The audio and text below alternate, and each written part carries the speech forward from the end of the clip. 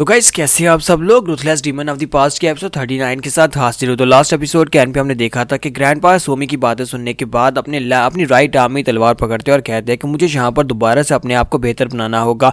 मेरे पास अभी यहाँ पर राइट आर्म तो है, मेरी जिंदगी भी खत्म नहीं हुई, मुझे लगता है कि मैं यहाँ पर फिर से प्रैक्टिस कर सकता हूँ। और इसी के साथ ही वो तलवार लेकर वहाँ पर प्रैक्टिस करना शुरू करते हैं। लेकिन राइट आर्म के साथ प्रैक्टिस करना काफी ज्यादा मुश्किल होता है। पूरी जिंदगी उन्होंने यहाँ पर दोनों हाथों के साथ तलवार को चलाया था, तो अब यहाँ पर सिर्फ राइट आर्म को यूज करना काफी ज्यादा मुश्किल है। और साथ क्योंकि लेफ्ट आर्म नहीं है, इसी वजह से बैलेंस करना भी काफी ज्यादा मुश्किल होता है। तो वो सुबह से रात हो जाती है और वहां पे प्रैक्टिस करते रहते हैं। प्रैक्टिस करते करते उनकी प्रैक्टिस काफी ज्यादा बेहतर हो जाती है और वो इस बात से काफी खुश भी होते हैं। नेक्स्ट सीन अगले दिन का दिखाया जाता है। तो वो वूजुन से कहता है कि तुमने बिल्कुल ठीक कहा था, तुमने कहा था कि जिंदगी खत्म नहीं होती। मैं यहाँ पर तुमसे फाइट करना चाहता हूँ, क्या तुम यहाँ पर मेरे साथ स्पार करना चाहोगे। तुम्हारा वूजुन उसकी बाजू की तरफ देखता है और कहता है क्या तुम इस कंडीशन में मुझसे फाइट करना चाहोगे। तो ग्रैंडपा उसे कहता है कि तुम यहाँ पर मुझे लाइटली मत लो, कभी मैं यहाँ पर स्वर्ड एम्परर हुआ करता था, मुझे अपने पर पूरा भरोसा है कि मैं यहाँ पर तुम्हें हरा सकता हूँ। तो वूजुन उसकी बात सुनने के बाद सोच रहा होता है, मुझे बंदा यहाँ पर अपनी की डिस्पर्सिंग ऑरा को यूज नहीं कर सकता, यानी स्वर्ण एनर्जी को यूज नहीं कर सकता, साथ ही इसके पास लेफ्ट आर्म भी नहीं है, लेकिन फिर भी यहाँ पर समाते और वूजुन मोजिन दोनों ही इसको यहाँ पर स्वर्ण एम्परर समझते हैं। उन्हें लगता है कि ये एक बहुत ही महान तलवारबाज है। तो चलो देख लेते हैं कि इसके तलवारबाजी का स्टाइल क्या है। हालांकि मैंने यहाँ पर शुई को तलवारबाजी करते हुए देखा है, उसकी तलवारबाजी का स्टाइल तो मुझे पता है कि वो बहुत ज्यादा एरोगेंट स्टाइल है। फिर इसको भी ट्राई करके देख लेते हैं। तो वूजुन कहते हैं हाँ क्यों नहीं, तो फिर ठीक है मैं तुमसे फाइट करूंगा। तो ग्रैंडपा से कहते हैं हाँ क्यों नहीं। और इसी के साथ ही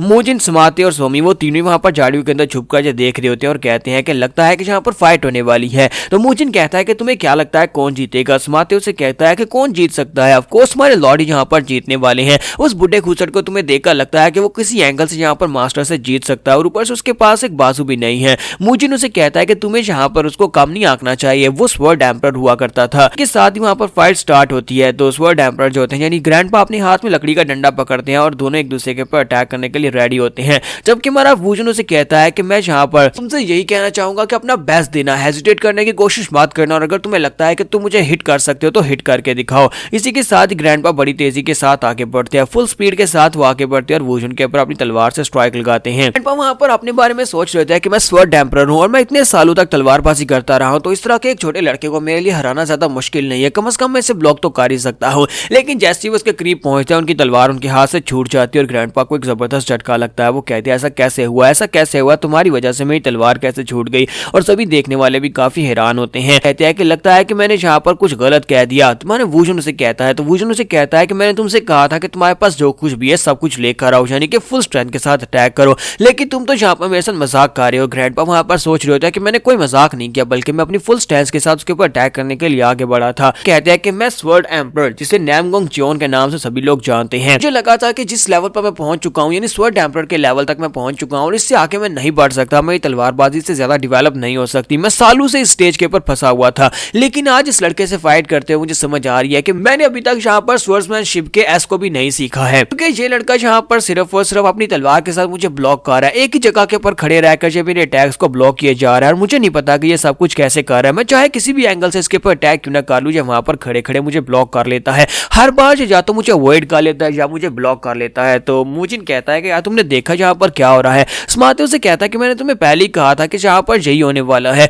ये बुढ़ा आदमी बार बार हमारे मास्टर के ऊपर अटैक करने के लिए आगे बढ़ता है, जब उसे पता है कि वो मास्टर को एक बार भी हिट नहीं कर पाएगा। तो मास्टर ग्रैंडपा भी जो होते हैं वहां पर सांस चढ़ा होता है, ग्राउंड के ऊपर बैठे होते हैं। फिर साथ ही वो कहते हैं कि मैं यहाँ पर हार कैसे सकता हूँ, ऐसा नहीं हो सकता, मैं नामगोंग चियोन हूँ, मैं यहाँ पर नहीं हार सकता। अरे इस लड़के के पास ऐसा क्या है जो मेरे पास नहीं है। इस लड़के के पास जो कुछ भी है वो कम से कम मुझे सरपास करने के लिए बहुत ज्यादा है। तो हमारा वूजुन उसे कहता है क्या तुम बस इतना ही कर सकते हो। तो वो कहते हैं नहीं अभी और है, अभी मैं और अटैक करना चाहता हूँ। और फिर से उसके ऊपर अटैक करने के लिए आगे बढ़ते हैं, लेकिन रिजल्ट फिर भी सेम ही रहता है। तो यहाँ पर वो बिस्तर के ऊपर जाकर लेट जाते हैं और कहते हैं कि मुझे समझ नहीं आ रही कि मैं यहाँ पर पूरी तरह से हार गया, चाहे मैंने 100 बार अटैक किया हो या 200 बार अटैक किया हो, मैं हर बार हारा हूँ। वहां पर ये सोच रहे होते हैं। तुम्हारा समाती उसके पास आकर बैठ जाता है और उसे कहता है कि मुझे लगता है कि तुम बहुत ज्यादा डिसअपॉइंटेड हो, लेकिन तुम्हें यहाँ पर इतना डिसअपॉइंट नहीं होना चाहिए। शुक्र करो कि तुम यहाँ पर बच गए, क्योंकि तुम जिससे फाइट कर रहे थे उससे फाइट में बचना ये एक बहुत ही बड़ी कमाल की बात है। ग्रैंड सायर, ग्रैंडफादर उसे कहता है कि ये तुम मुझे क्या कह रहे हो, क्या तुमने मुझे ग्रैंड सायर कहा। तुम्हारा समाती उसे कहता है कि मैं एक बुढ़े आदमी को बुढ़ा आदमी नहीं करूंगा, कहूंगा तो क्या कहूंगा, क्योंकि तुम कभी स्वर्ड एम्परर हुआ करते थे, इसी वजह से मैं तुम्हें ग्रैंड सायर कह रहा हूँ। साथ ही समाती उसे कहता है कि मैं यहाँ पर तुम्हारी वजह से बहुत ज्यादा डिसअपॉइंटेड हुआ हूँ। मुझे तो लगा था कि तुम एक महान स्वर्ड एम्परर, तो तुम यहाँ पर मास्टर को हरा पाओगे, जहाँ पर उसे टक्कर दे पाओगे, लेकिन अफसोस तुम तो कुछ भी नहीं हो, तुम तो बहुत ज्यादा कमजोर निकले और ऊपर से तुम बहुत ज्यादा बोरिंग भी हो। स्वर्ड एम्परर से कहते हैं कि लड़के क्या तुम तलवारबाजी कर सकते हो, तो इसी के साथ वो अपनी तारीफें करना शुरू कर देता है और कहता है बुड्ढे खूसट गई कि तुम्हें क्या पता कि मैं किस तरह से तलवारबाजी कर सकता हूँ, मैं जब तलवार उठाता हूँ तो मेरे सामने कोई भी नहीं टिक सकता। और मूजिन पीछे खड़ा होता है और मूजिन सोच रहा था कि बेवकूफ यहाँ पर मार खाएगा क्योंकि स्वर्ड एम्परर के सामने जो लंबी लंबी छोड़ है और उसे बार बार बुढ़ा आदमी कह रहा है। साथ ही मूजिन भागता हुआ आगे बढ़ता है ताकि उसे रोक सके, लेकिन इसी के साथ ही दूसरी तरह से ग्रैंडपा उठ खड़े होते हैं और उठने के बाद अपने लकड़ी के डंडे के साथ उसके मुंह पर अटैक करते हैं। जब ग्रैंडपा लकड़ी का डंडा उसके मुंह पर मारते हैं तो उस माथे बेचारे का पूरा मुंह सूज जाता है। कि मूजिन उसे बचाने की कोशिश भी करता है लेकिन इसके बावजूद वो मार खाकर वहां पर बैठा होता है। किसी ने खाने की टेबल का दिखाया जाता है जहां पर ग्रैंडपा कहते हैं कि क्या मैं यहाँ पर और कुछ दिनों तक रह सकता हूँ, तो मूजिन कहता है हाँ क्यों नहीं, तुम यहाँ पर रह सकते हो, जितने दिन तक चाहो वहां पर रह सकते हो, लेकिन तुम्हें यहाँ पर काम करना होगा। ग्रैंडपा वहां पर सोच रहे थे कहीं ऐसा तो नहीं है कि मेरी सिचुएशन के ऊपर तरस आ गया, इसी वजह से ये यहाँ पर मुझे रहने की इजाजत दे रहा है। इस वक्त मैं बिल्कुल बेकार हो चुका हूँ, मेरे लिए यहाँ पर करने के लिए कुछ भी नहीं है और ना ही मैं यहाँ पर इसके कुछ काम आ सकता हूँ। लेकिन मुझे लगता है कि अब यहाँ पर एक बाजू गंवाने के बाद और अपनी इंटरनल एनर्जी को गंवाने के बाद मुझे फाइनली समझ आई है कि मुझे उस दीवार के ऊपर चढ़ने का मौका मिल गया है, यानी कि उस दीवार को मैं पार कर सकता हूँ।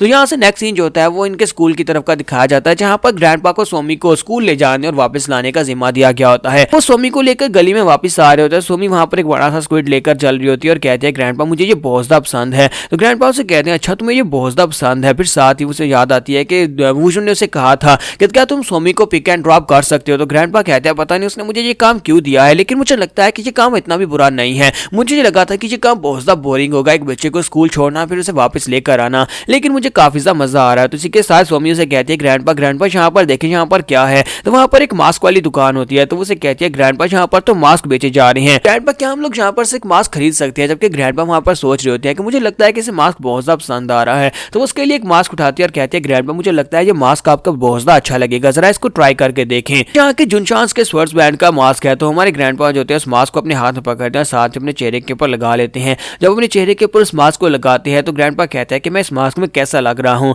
तो साथ ही वो शॉपकीपर से पूछते हैं मुझे बताओ कि ये मास्क किसका है, किससे मॉडल करके बनाया गया है। तो वो उसे कहता है कि हाँ वहां पर आपको सामने वो घर दिखाई दे रहा है, उस घर के अंदर शो परफॉर्म होता है जहां पर एक मास्क वाला आदमी, एक मास्क वाला हीरो जो होता है वो विलन से आकर फाइट करता है। ये मास्क जो है उसी हीरो का बनाया गया है। उस मास्क वाले हीरो को जो कि जहां पर आकर प्रिंसेस को बचाता है गुंडों से, उसको जेंटलमैन स्वर्ड्समैन कहा जाता है और ये उसी का मास्क है। तो ग्रैंडपा कहते हैं वाह आजकल बच्चों को देखो तो यहाँ किस तरह के प्ले देखते हैं और इसमें जेंटलमैन स्वर्ड्समैन का नाम तो काफी ज्यादा महान है, यानी कि अच्छे हीरो का नाम दिया गया है। और इसी के साथ ही जो आसपास के बच्चे होते हैं वो भागते वहां पर आ जाते हैं और कहते हैं वो देखो जेंटलमैन हीरो यहाँ पर है। सभी लोग उसे बहुत ज्यादा पसंद करते हैं, तो इसी वजह से वो मास्क की वजह से भागते हुए उसके करीब आ जाते हैं और उसके साथ आकर चिपक जाते हैं और कहते हैं तुम तो सबसे बेस्ट हो, तुम एक महान हीरो हो, जेंटलमैन हीरो, तुम मेरे हीरो हो। ग्रैंडपा सोच रहे होता है कि किस किस्म की सिचुएशन है, आज से पहले बच्चों में इतना ज्यादा फेमस नहीं था, लगता है कि जो मास्क वाला बंदा जो है इन सभी बच्चों में बहुत ज्यादा फेमस है, इसी वजह से ये सभी मेरे इर्द गिर्द आकर घूम रहे हैं। तो उसके बाद वो स्वामी को अपने साथ लेकर वहां से वापस घर की तरफ चल पड़ते हैं, जबकि स्वामी से कहती है ग्रैंडपा आपके ऊपर ये मास्क बहुत ज्यादा अच्छा लगता है, इस मास्क को पहने रखें। यहाँ पर हम लोग अपनी एपिसोड 39 का एंड करेंगे। नेक्स्ट एपिसोड में देखेंगे क्या ग्रैंडपा को यहाँ पर अपनी लाइफ का दोबारा कोई मकसद मिल पाएगा या नहीं।